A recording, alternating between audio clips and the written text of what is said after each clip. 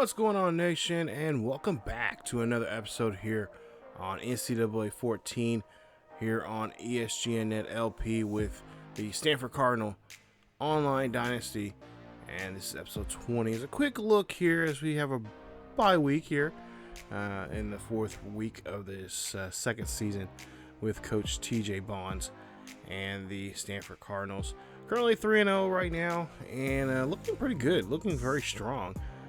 After, of course, having that rough game against Alabama, the only game that really was pretty close so far this season, which they won that game 14-7. Take a look here at some of the players that are that we're currently looking at right now on our scouting board.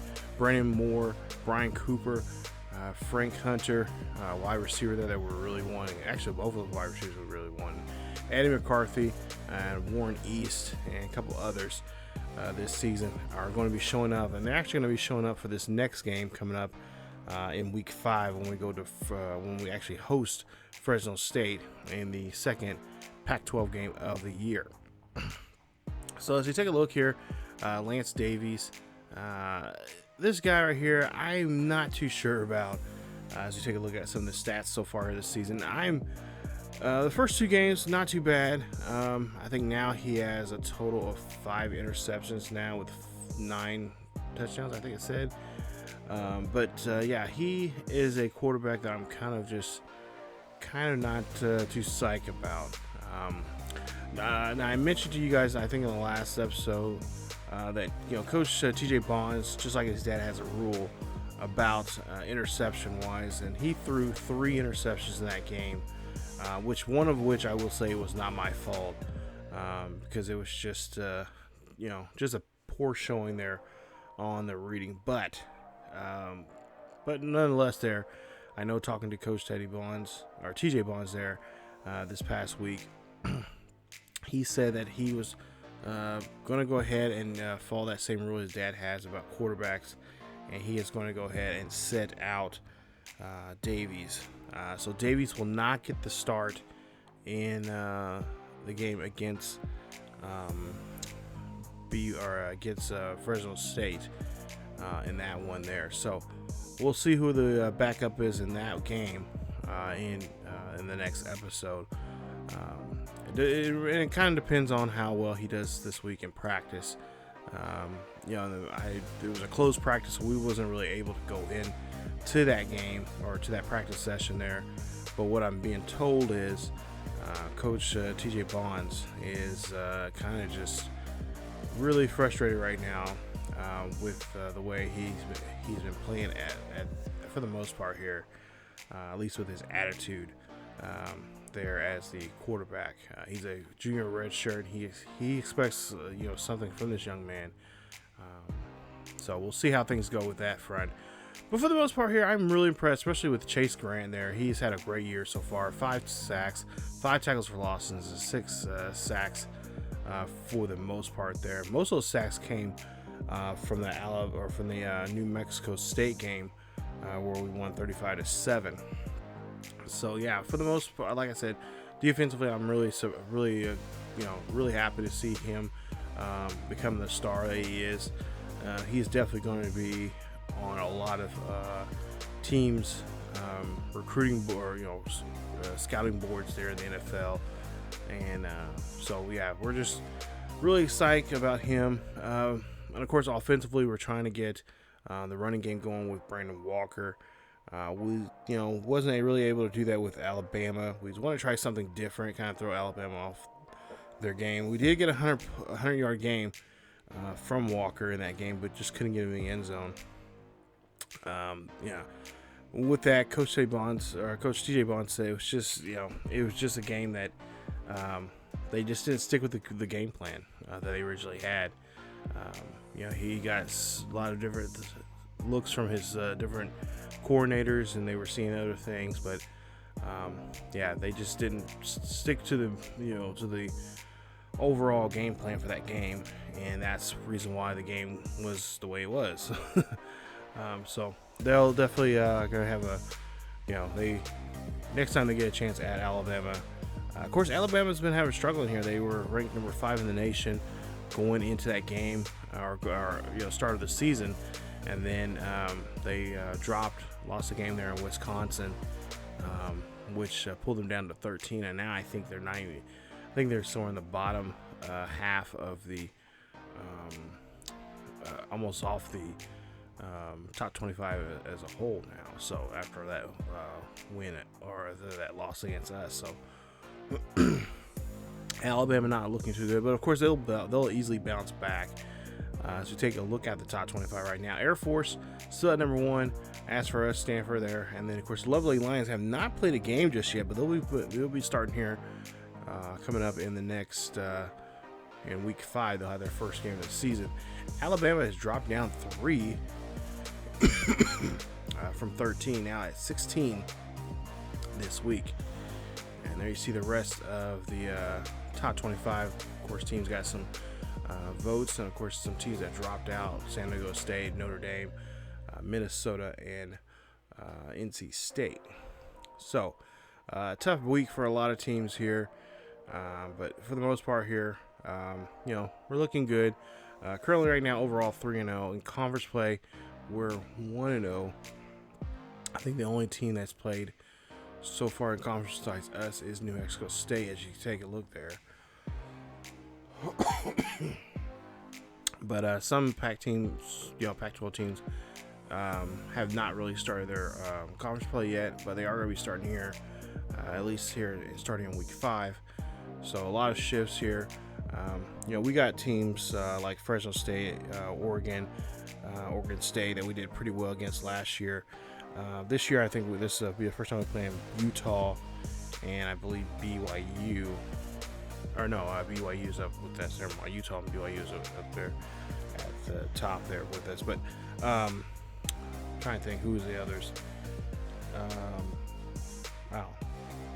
Well, Cal and USC out. Okay, so yeah, those are ones that we'll definitely have to watch out for towards the end. Of course, Notre Dame now, since they're out of the top 25, they're gonna be trying to work their way back into the mix there to hopefully have a decent game with them against them, like we did last season.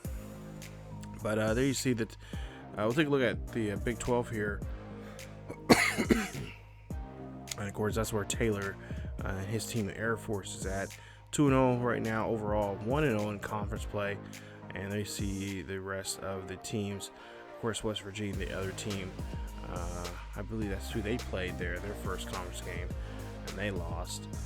Take a look at the Big 12 North, or excuse me, Big 12 South. You got Texas, TCU, of course, have not played a game yet. Neither has Baylor, neither has Texas Tech, but Oklahoma.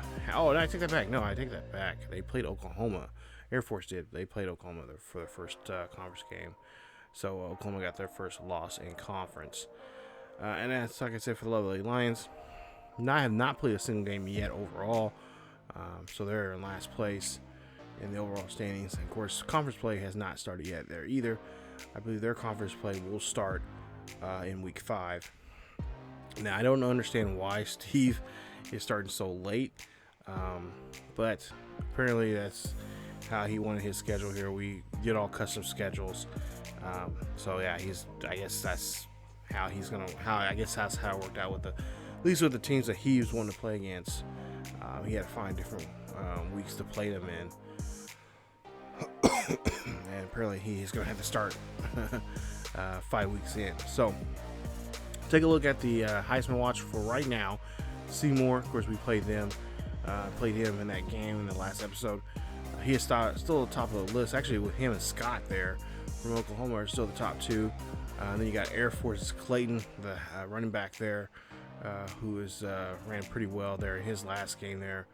And then Walton from Illinois, and then Marshall, Calvin Marshall there from the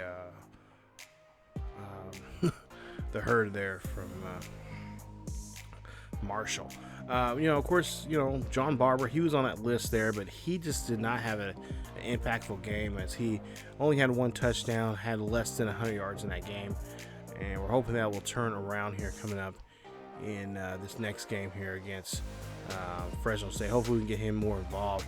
It was just so tough because he goes up the middle there, and excuse me, those linebackers for Alabama, I mentioned in that last episode they had hands like wide receivers, catching balls there like crazy. So we couldn't really throw up the middle like we wanted to. We threw a couple times there to John, but just not enough to be a real impact like he has been in the last 2 games. So we'll try to see if we can get back to him there against Fresno State coming up in week 5. Take a look here. Here's some of the players that will be showing up. Warren East, another young man, fourth. He's fourth in as a guard in the guards categories there. Got a couple athletes that we're looking at there that we're hoping to go after. There's a couple guys that Taylor and Steve are also going after too. We're all currently going after here. But there you see some of the things we need to do. Of course, get 100 yards or over 100 yards rushing. And, of course, get over 250 yards rushing to get those extra points. So, coming up in, like I said, the next episode for us, it'll be Fresno State. Between us and them, they'll be on the road. We'll take them on. Then, of course, Texas Tech will be on the road going to Air Force, facing them. And then Steve, with his lovely Lions there, will be taking on Indiana in that matchup there too. So, like I said, crazy start here for him. I've never seen anybody be able to start that late in a season, but apparently you can. But as for for the most part, I think we're going to be pretty successful with the season so far. The toughest part is just trying to run the table, try to see what we can do. We got some big games coming up. I would say one of the those last 3 are gonna be really tough for us. You got USC, who we just didn't. It was a close game there. We're lucky enough to win that one. I think Cal was a team that we lost to. Was one of the schools that we lost to last season, and of course Notre Dame, especially unranked Notre Dame. That's gonna be that's a rivalry game right there. Them and Cal, they're gonna try their best to do anything and everything to put a stop to us. If I'm not mistaken, I think Cal had that quarterback that was really tough on us defensively. They had a quarterback that was really sliced up our defense, and then they had I think a D lineman that was just murdering our offensive line. So I have to go back and look and see if that was that team. I believe it was that team. I know UCLA, they had that quarterback that was just brutal. If I'm not mistaken, I think he went to the NFL. So we don't have to worry about him this season. Of course, we don't have to worry about UCLA at all because we don't play him this year. But yeah, that is the pretty much what the look is here in this one. But yeah, that's what the look so far here. Going to get week 5, like I said, 3-0, looking very good, looking very sharp. But we'll see if Coach TJ Bonds is going to start. Davis, if not, he'll start one of his other quarterbacks there.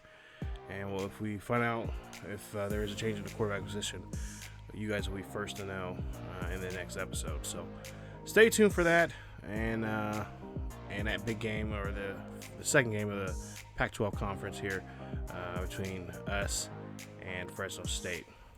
But that is it for this episode of the Stanford Cardinals Dynasty, our online Dynasty. If you guys enjoyed today's episode, please leave a like. Don't forget to subscribe to the channel for more content, and following the content here on the channel. Hit that bell notification so you guys will be notified of this series or any other series here on the channel. Follow us on Facebook, Twitter, and Discord. Check us out also on the main channel on ESGNet here on YouTube. There's a link down below. And also follow us on Patreon if you guys want to be a Patreon member and want to help support the channel.